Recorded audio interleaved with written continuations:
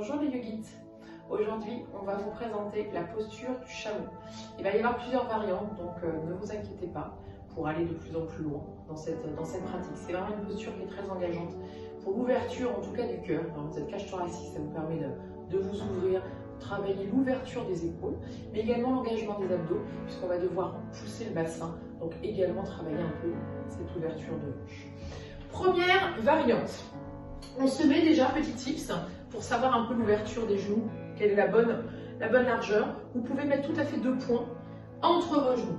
Ça représente normalement à peu près la largeur du bassin et ça vous donne un peu une distance. Donc, les pieds, on a mis les points, on pose. Première option, les pieds flex. L'objectif, ça va être vraiment, n'hésitez pas également à plier votre tapis si vous avez mal aux genoux pour les poser dessus. L'objectif, ça va être d'ouvrir ce bras gauche, de venir poser le pied sur le talon. On ouvre ce bras droit, on vient poser le pied sur le talon droit. Et on vient pousser le bassin à l'avant du tapis. L'objectif étant vraiment d'essayer d'avoir le bassin au-dessus des genoux. D'ouvrir cette cage thoracique, de pousser les épaules en arrière. Et ensuite, si on est à l'aise, de regarder vers le plafond, d'ouvrir la gorge et de respirer. Vous allez sentir les bienfaits de cette posture après l'avoir fait. C'est vraiment une posture engageante. Et ensuite, on se redresse. Si on n'arrive pas à toucher, même avec des pieds flex, on n'hésite pas à se mettre les pointes sur les coups de pied et de ramener à côté de son pied des briques. Ça sert à ça aussi, les briques.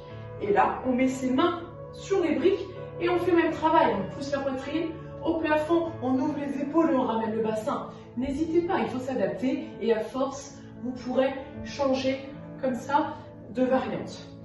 Si sur les pieds flex, c'était facile, on fait la même chose, mais cette fois-ci sur les pieds, coup de pied au sol. Et on essaie de suivre, en tout cas moi la main, ça m'évite de faire un faux mouvement. On fait la même chose du côté droit.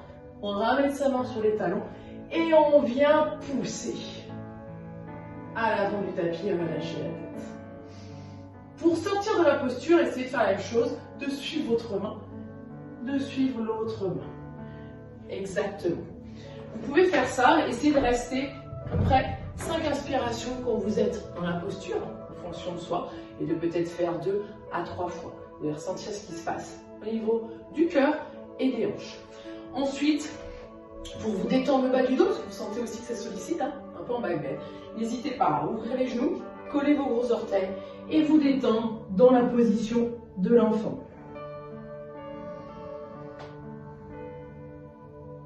Et ensuite, on remonte vertèbre après vertèbre et on termine par la tête. Alors évidemment, ce n'est pas une posture qu'on commence comme ça de but en blanc. On vient quand même s'échauffer avant. Il faut travailler l'ouverture du bas du dos, des épaules, la mobilité. En tout cas, on doit arriver en tout cas à cette posture en s'étant échauffé bien en amont. Je vous souhaite une bonne journée, bonne pratique. Au revoir les yogis.